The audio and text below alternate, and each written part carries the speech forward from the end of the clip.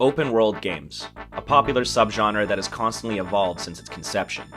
And back in the days of old, there were games like the Ocarina of Time and Super Mario 64, two of many household names that revolutionized games as a whole by evolving from 2D platformers to 3D open world games complete with a story, improved character models, and a vast open world to explore.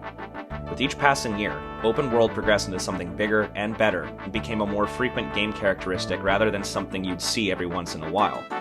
Now, when we think of open world games today, we think of generation-defining classics like Grand Theft Auto, Assassin's Creed, Far Cry, Saints Row, the Elder Scrolls series, Fallout, The Witcher, Red Dead Redemption, and many more.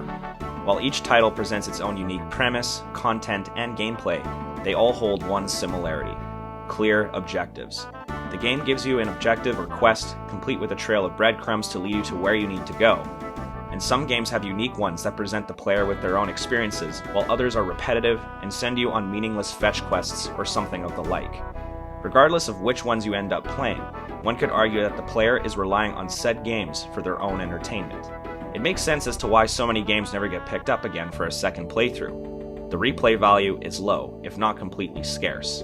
And once you beat a story-based game, there's a good 50% chance you won't have the incentive to play it again, especially if the key moments in said games don't offer multiple outcomes based on decision making.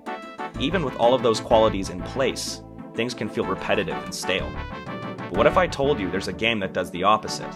A non-linear title with no set missions or quests that forces you to be self-sufficient. Surpassing that, what if I told you the game pulled these off successfully? If this entices you, stick around for the first episode of Prime Reviews.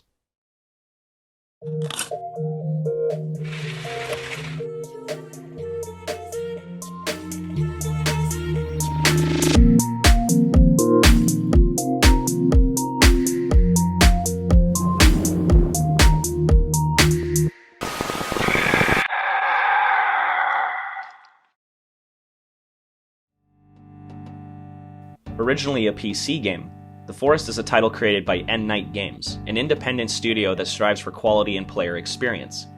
The game takes place on a fictitious, heavily forested peninsula where the player is a survivor of a plane crash. The gameplay is non-linear and in an open-world environment played from a first-person perspective, with no set missions or quests, empowering the player to make their own decisions for survival. The game itself was in a 4-year beta phase before becoming a complete title for PC in the spring of 2018, thus becoming a PlayStation 4 title months later. Not only is it unforgiving and thought-provoking, but it's a ton of fun and provides unique experiences for players, allowing endless possibilities and playstyles through its replay value. Now here's what the game gets right. What makes this game truly special as well as horrifying would be the cannibal NPCs you will encounter on the island. No! Die! Oh god! What the f***? Ah, you scary. You wanna... What the f***?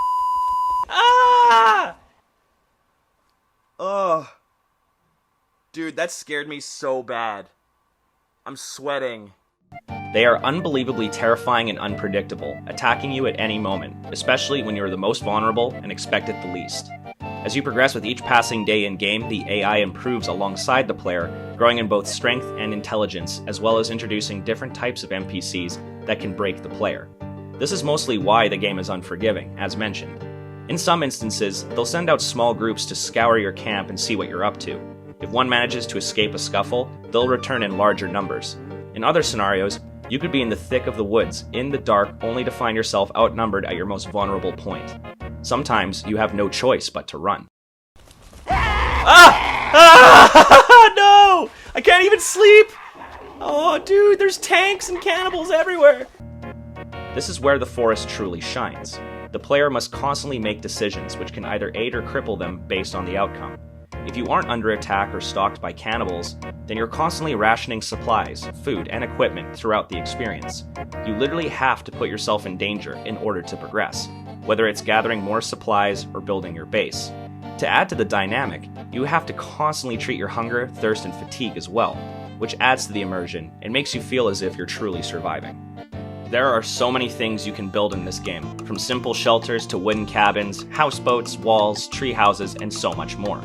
Customization is very user-friendly and doesn't work against you like other titles, ones that make customization feel more like a chore rather than an immersive experience for players. The forest makes it easy to do, and you never feel frustrated putting things together. You can build structures that keep you safe, like defenses to keep enemies out, as well as construct useful tools to make surviving a whole lot easier, like a repair tool to patch up damage to your camp, or a sled to move large amounts of wood from A to B. Crafting items like tools, weapons, and building materials are awesome, and encourages players to develop their own strategies and playstyles to survive. Combat is fun and immersive, and at first it may seem loose, but that's part of playing it.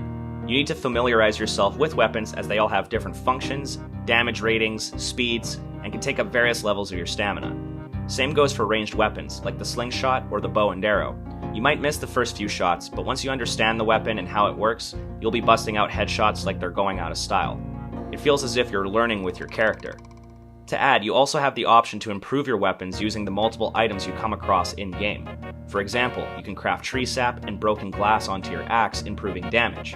Another would be duct taping a flashlight to your bow so you can hit targets in darker areas.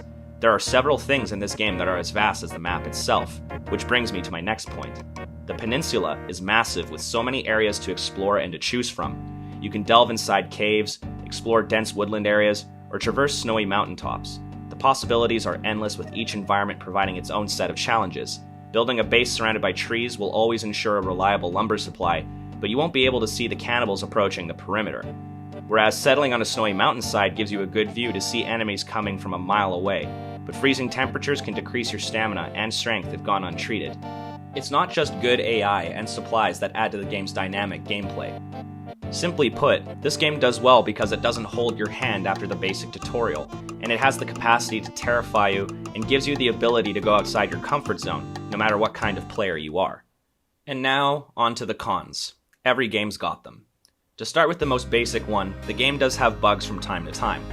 I personally haven't experienced too many of them, which is a good sign, but that said, they can either take you out of the immersion or cause a flaw in your plan when they do happen. Some zipline mechanics won't work depending on where you've placed them, fire arrows won't light, flying into the air after climbing a rope, just small grievances that aren't frequent but are annoying as can be. And while combat is fun, it's not perfect by any means. It simply requires a little tune-up, subtle features that would make it better overall. For example, the projectile mechanic is a bit of a mixed bag. The bow and the slingshot take some time to get the hang of, but other than that, they're both reliable weapons, especially when it comes to the bow. Projectiles, on the other hand, can be quite tricky. Flares, explosives, and rocks all have small reticles that show you where they'll land, but they're inaccurate and unreliable. Oh, and there's a bunch of cannibals down there. Of course there is. Molotov.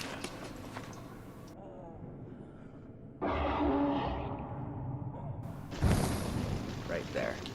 Yeah! Oh. Nope. Shit.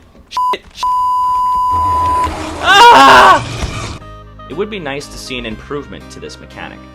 Maybe changing the reticle from white to red when it goes beyond the range of the player would be a better alternative. Out of all the things the forest needs to fix, although a short list, this one particular gripe is at the #1 spot. To conclude, the forest is a flawed gem, a compelling and immersive survival simulator with horror elements and flexible building mechanics. The game would be perfect if some of its smaller issues were rectified, but they're not deal breakers when it comes to this title. The gripes aren't enough to ruin the experience for the player and can be ignored more or less. If anything, other open world titles could take inspiration from The Forest, a game that contains clear proof that not every title needs a compelling narrative to be stuffed to the rafters with quests or have amazing graphics in order to be good. It's truly an open world game that relies on the players to make decisions for themselves, rather than the players relying on the game to entertain them. This game is a good self-starter for your entertainment, and you can get lost in it for hours, creating countless scenarios and outcomes through each and every single playthrough. It's certainly one of the most unique games I've ever played outside of the AAA threshold, that also runs for a reasonable price on online stores. I never get tired of playing it, and neither will you. This game is a must-have for any gamer, new and old, that wants to try something new.